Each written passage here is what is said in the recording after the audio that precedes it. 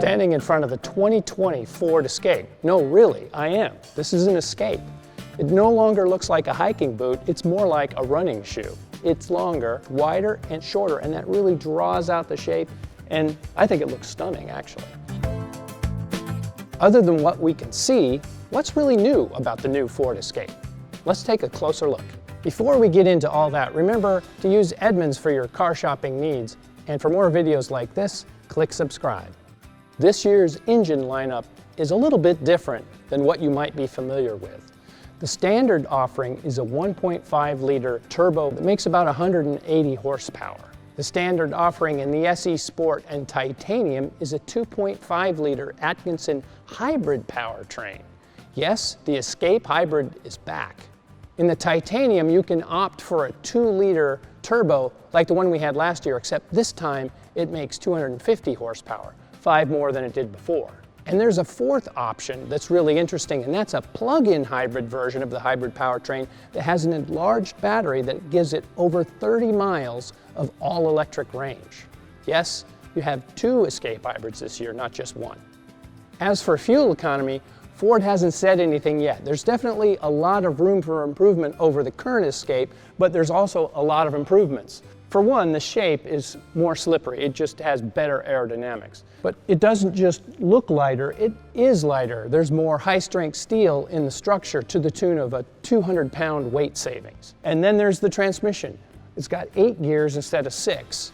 The 1.5-liter turbo also has cylinder deactivation. Put all that together, and we should see some improvements that'll make the new Ford Escape a lot more competitive. This is my first time sitting in the all-new Ford Escape, and I gotta say, I'm pretty impressed so far. For one, the steering wheel tilts and telescopes, and it pulls out plenty for me to be comfortable. This cabin is wider outside, and it's also wider inside, and you can really feel that. And it's also airier and has better visibility because these windows are lower front and rear, so it doesn't feel nearly as confining as it has in the past. The other thing I notice is I'm surrounded by screens. This is a Titanium. It has a 12.3-inch customizable screen for an instrument panel. This 8-inch touchscreen with Sync 3 is standard starting at the SE level, so of course it's here as well. I appreciate the volume and tune knobs, and because this isn't deep set in a bezel, it's like it has been in the past, it's really easy to reach and use any corner of the screen. There's also a head-up display that's optional for the first time on this car. That's right here. It's a little plastic piece that folds up and reflects information so you don't have to take your eyes off the road. I like how the audio and the air conditioning are completely separated. There's no confusing the 2 buttons. Everything is really easy to understand what it does. Pretty logical in here, and nice looking switchgear. That includes this rotary shifter, which is new, standard across the board. Once you have 8 gears in your transmission, this makes more sense. There are multiple modes that are accessed by this button here. Just press, and you can go to Eco, Normal, Sport, Slippery, and Sand and Snow. So that's 5 in all.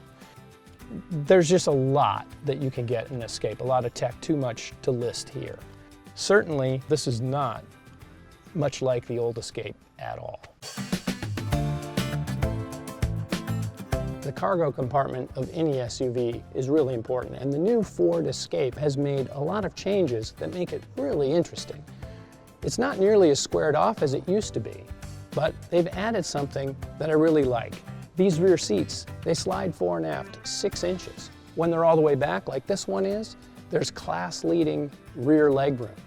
When they're slid forward like this, you get 4 more cubic feet. And they also recline, so you get a little road trip comfort if you need it as well.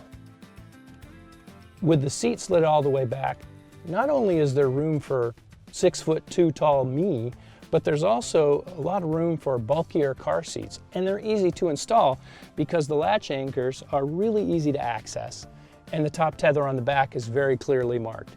I don't have a car seat with me right now, but this looks like a really easy installation. This new Escape has changed my mind about what an Escape is. I mean, there's a lot going on here. It's attractive, it's got a lot of great features. I think this is really going to pump up Escape sales, which are currently lagging behind some of the top sellers in the segment. But This one, I think this is going to be on a lot more people's shopping lists. Of course, we haven't driven the Ford Escape yet. That'll come later. So follow along in Edmunds to see as we learn more information. And for more videos like this, click subscribe.